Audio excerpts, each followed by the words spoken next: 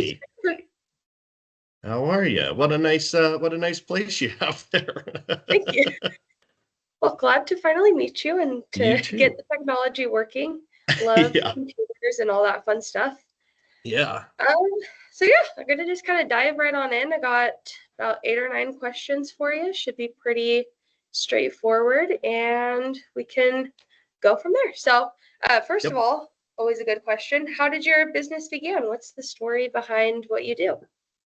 Well, ironically, I'm actually fourth generation in the glazing world, so kind of been part of this since I was a little kid. My great grandfather got his journeyman card back in 1892, I think is the official notation. Oh my So yeah, pretty wild. The first family company was started in Alameda, California in 1911, and that one my grandfather ran until he passed in early 2000s. My dad had kind of worked around and did some work in Colorado and then started his own company in 1980. And he did that. And I traded my time as a young guy between my grandfather's shop and my dad's shop, which was pretty cool. I got the all world side from my grandfather, and then I got the kind of commercial side from my dad. And that was, I really started working in the field at 10.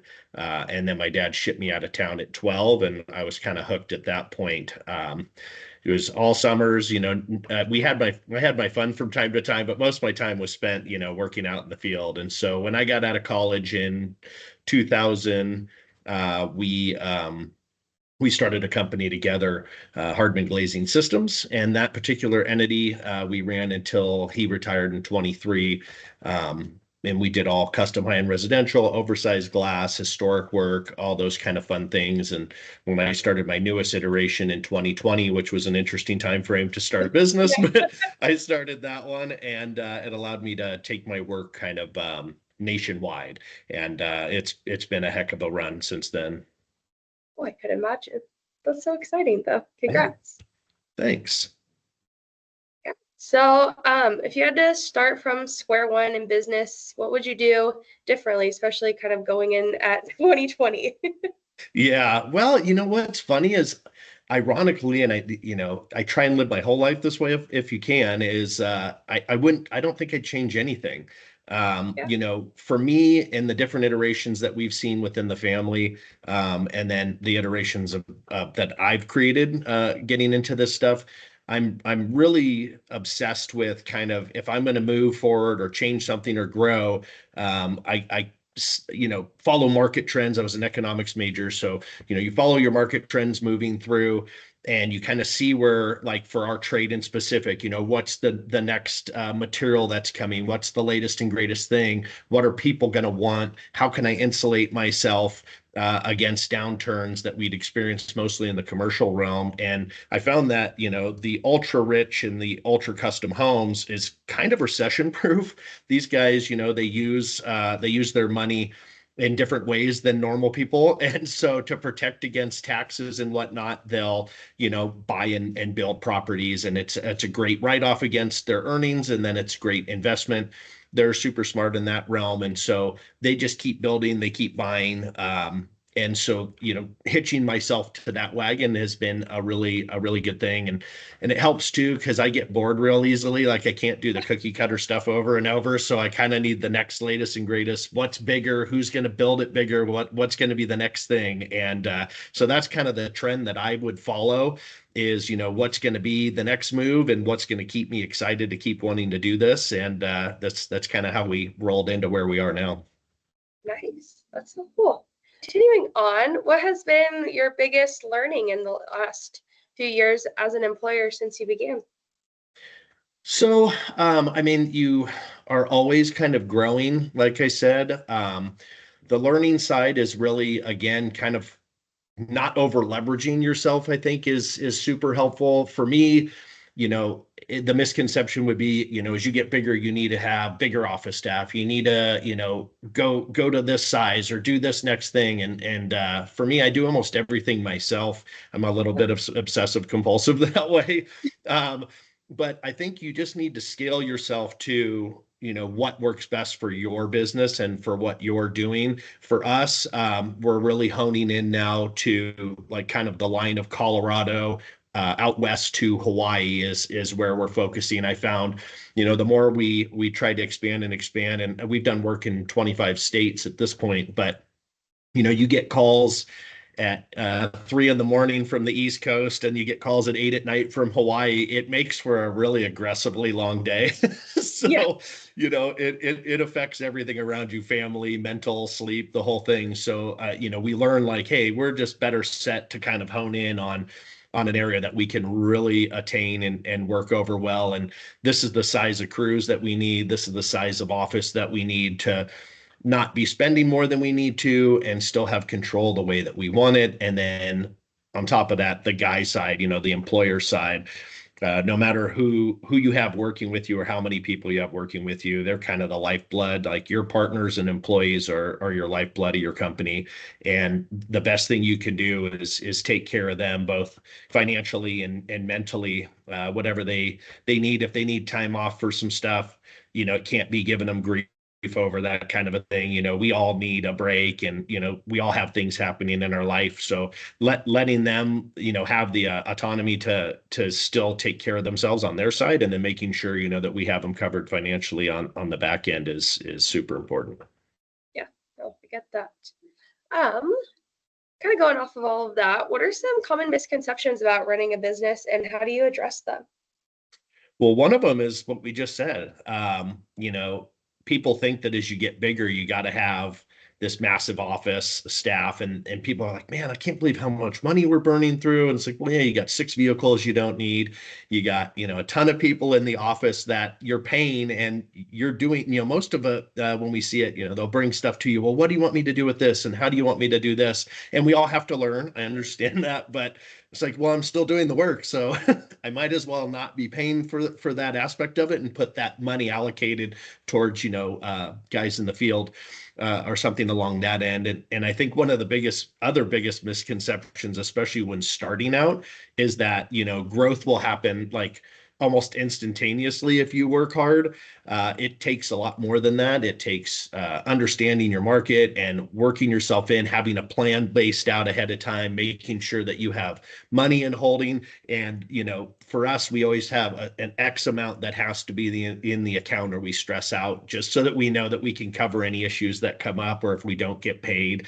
And the other misconception, I think mostly on the employee side, is if you own a business, you instantly get rich. and Oh, yeah. if that were true, I think a lot of us would have retired by now. But Oh, we do what we can to make sure that we're comfortable on our end. But yeah, I mean, making money is a challenge. When things go wrong, it's all out of pocket from our side, and you have to kind of leverage yourself to keep the crews moving and the work moving forward to make up for any of those kind of issues that come up. And that, I think, is the hardest part, is finding the balance to make money and deal with the issues that inevitably will arise. oh yeah, I get that. I have a couple businesses myself, and it's always something. Amen to that. I feel it, but it seems like you're doing quite well. What do you attribute your growth to? So for me, I'm lucky enough, and we don't advertise, which is nice. So that's another saved cost on our end. But I think the growth of it is really sounds cliche, but honesty and integrity. We have been, I've been doing this for so long, and we really pride ourselves on the quality of the work that we do for our particular work. I try and avoid change orders. I try and avoid punch list items, any kind of callbacks. When we walk off a job, we're satisfied with it, and we expect that everyone else will be too, and we won't get called back because we provide a high level service. We work within a 64th of an inch. We're really finicky about making sure that we are the best that we can possibly be. And from that, we have general contractors, architects, even homeowners on multiple properties, and also fabricators we're lucky enough that they call us and bring work to us because they know they can trust us. They know what they're going to get with us. And so they bring it to us. And at that point, we can kind of look at the materials or the projects that are coming in and say, how big do we want to be, right? How big do we want to take this? Because we know the work's pouring in on us. And right now we kind of try and pick and choose the projects that we want to do, whether it happens to be locality or, how cool the project is, how fun it will be, and kind of choose that way. We're very lucky in that respect, that we've built a good enough reputation that we can kind of get as big as we want. Uh, you just got to deal with, the downsides of growing, which, affects family, it affects mental health. It's stressful. It's the more money, the more problems. I think there's a couple songs about that. Uh, Oh yeah. so that's the biggest thing, is making sure to find time and balance with the family and, your own personal health. I get that. Yeah. And kind of going off of that, how do you balance your personal life with the demands of running a business? It's tough. Tell me about So it. yeah, the bigger you get, the more money there is, the more problems and the less time you have. So the tightrope that is in between those is what we're looking for. This year in particular, my whole first quarter, I think I was outside of weekends. I was home for 1 week out of quarter one. Totally unsustainable. If you want to find a way to, struggle, that's the way to do it. So for me, the more time I can spend at home, if I can do 2 weeks at home, one on the road, that's, I think, the healthiest way that I can do it. It allows me to spend time with my kids. As they're getting older, 18 and 16 now. So we're kind of getting on that break point. So the more time I can spend with them, the better. And then also with my wife, right? Some of the places we travel to, obviously, these really wealthy people tend to pick great places to live. And so it's nice if we can tag on a little visit at the tail end of a trip and bring the family out to see some of these locations. That's always a nice way. And then just on the day to day, for my wife and I can just take her and say, "Hey, we're going out to breakfast this morning, and we're going to lunch this day." And throughout the week, we always do one or the other, through the day, so that we can spend some time together. And then when night comes, it's shut the computers down, put the phone off to the side, and whether it's watching a show or sitting around a fire pit or just cooking dinner or something together, just to find those moments to still exist in the same space, where you're not sitting there dwelling about what has to be done tomorrow, because there will always be something to do tomorrow. Oh yeah. I feel that. Okay, kind of segmenting off. What qualities do you look for in employees, and how do you foster a positive and productive work environment? So that's huge. I've got a lot of tier partners that my labor rolls through, and with that, we always try and find young is always great, whether it's male or female is inconsequential. But if they're young and eager to learn, that way you don't have to break bad habits or learn at maybe a previous job where they say, "Well, we used to do it this way." It's like, yeah, no, that's not going to work. Yeah. Like, we have a way to do it, and we prefer to do it that way. Another huge one that we see is family. I got to say, we've got, especially in California, the crew in that location is pretty good size at this point. And maybe 65% of the crew, cousins, uncles, brothers. Oh They, wow. yeah, they work together so well. They know each other. They can feed off of each other. They razz each other, which I think makes for a great work environment. If you're Yeah. laughing throughout the day and having a good time, even if you're ribbing the guy next to you, I just think it makes the day go by better, and it makes you want to be better, because you're like, "Oh man, I don't want to be the butt of that joke anymore," kind of a thing. Yeah. So I think finding them young and being able to train them up yourself is super important. And then also, the second side of what you had asked, what we had also talked about earlier, is you make sure they're taken care of. We have matching 401ks. We've got health benefits. We've got, dental benefits. They get paid really well. The guys, as they move up the tier, if they want to run projects and get better in that respect, their pay goes up equally there too. Some of these guys are making wicked good money, and it keeps them wanting to come back. You give them a vehicle to take home as they get up that level of leadership, and everything is based around taking care of those guys. And we had an unfortunate situation happen where one of the family members of a group in California, their family member was killed in the line of duty. He was a police officer, And they're like, oh, I got to talk to, we're like, the week, take the week, you got to go and take care of your family. Don't worry about it. We'll make sure you're paid. Just, these kind of moments are so important to be with family in that we'll figure it out on our end, business wise. And if I have to get yelled at, for not having as many people on the job as we need, then so be it. Because if people can't see that and deal with it, that's their problem, not mine. You know what I mean? That's amazing. Yeah, it's important too. Okay, looking forward, where do you see yourself in 5 years? And do you have any words of advice for other business owners who are looking to grow their business? Yeah. So for us, again, we are kind of tracking on how we want to do this. And, as we get older, you do try and well, I'll never not be in this trade, whether it's consulting or helping other companies or whatever, but you do want to retire at some point Oh yeah. would be the goal, which is, it's tough. So for us, we're trying to base our sales off of kind of where we are now, 2x multiplier at the very most, in a 5 year span. And at that point, maybe we'll be comfortable enough that we can kind of start phasing ourselves out. But the company can go, whether someone takes it over or someone buys it out, or however that, sees itself playing out. But, for us, like I got to look at, the longevity of my life. Both my grandfather worked until he died. My dad passed away only, a couple years after he had retired. And so it's one of those where you kind of read the room and you're like, oh man, I mean, I know I can do it forever, but there is also, some time away and spending time with my wife as we become empty nesters and whatnot. So what's our plan for that? And I think that our goal in 5 years, which we always say 5 years, it'll be 10, but if we can kind of like get ourselves in a certain pocket, which would be not maybe right about double, like I said, where we are now, in amount of gross revenue, then we can probably feel pretty comfortable about where we're at, and kind of pass the torch on to the guys that we're building up right now, and be kind of cool to see them do their thing and move on from there. As it comes to other businesses, or every business is different, every market is different, locality wise and state wise.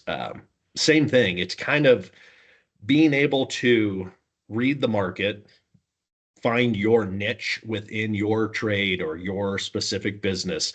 What are you best at? What do you excel at? What do you really love to do within your space? And then find a way to monetize that. And it's all about making a plan, right? You have to kind of lay out your trajectory. Here's where I'd like to be.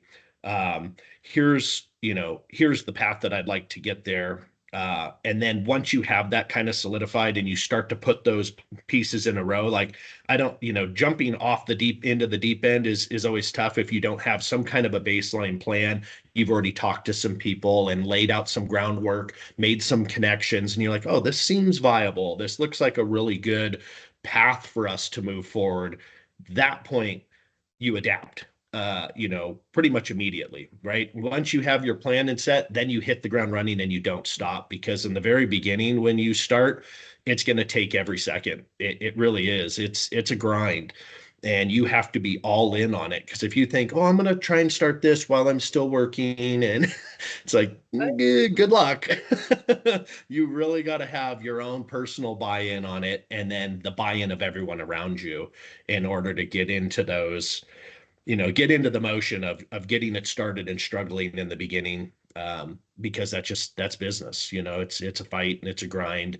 And then at that point, once you hit your motion and you're kind of rocking and rolling, that's where I like to say, don't make the next jump to get bigger until you have some level of financial stability. I'm not saying you're rich, but you can maintain X amount in your bank account at all times, and maybe you have a little bit of money on the side, mutual market or something, where that it's just making a small percentage so that you can always pull from that if need be in a catastrophic event.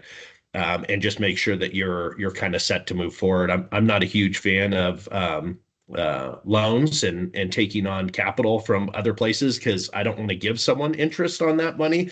I'd rather wait until I'm at a point where I can then move forward. I mean, I get hit up every week Oh, we I can like give that. you X amount and we can. I was like, no, I try and do down payments with all my stuff and keep the money always flowing in from the front end to the back, so that we can keep rolling forward and not have to have like the really aggressive financial stress that people kind of over leverage themselves and get caught in that really nasty trap. Yeah. Cool. What is your proudest moment so far in your business? Well, I would say the longevity of carrying on our family name is a really huge one. For me, I don't touch or walk away from a job unless I'm happy with it, because I know that our name is on that project, and that means something. It means something to me, being fourth generation. If my son would have gotten into it or my daughter would have gotten into it, that'd be cool. They have their paths. I'm not going to push them, but for me, it's a really important thing to, to have my name on the hats and shirts and have have pride in what we put out. And really, to be honest, the other side of it is some of the projects we've done are, in my opinion, some of the coolest in the world. I'm not saying we are the best of the best, although I'd like to Yeah. think that I put myself up against anybody. But we've done some properties and some builds for some real high-end clients, which is kind of all we do work for. But some of the places that have been constructed, which are buried underneath NDAs, and I'm not allowed to share the pictures, but I will say Yeah. you walk away and you go, "Holy smokes, that was something else." So it's pretty cool. It's a little, kind of badge of honor as you walk away, going, "Wow, Yeah. we really were part of something special on that one." That's so cool. All right. And then is there a question that I should be asking you that I haven't? Oh my gosh, that's a great question. Um, I One don't else? I don't think so. You hit some pretty good spots. We covered a lot of ground on the business side, and then on our personal story side. I will say, maybe the one thing that's interesting on our company side, and I just got off a call with some folks out in Greece just today, and that would be the 14th country that we've purchased material from to install in custom homes. So yeah, that's the only other kind of just caveat feather in the cap thing that I see on our side of things. And then yeah, I think on the other side of that, I think we covered a lot of good ground on employees, starting a company, carrying a company, growing a company, and trying to make your way amidst all the people in the market out there. Right. Amazing. Well, cool. I think that's all the questions I have. Wonderful. Well, have a great rest of your day. Thank you. You too. Bye.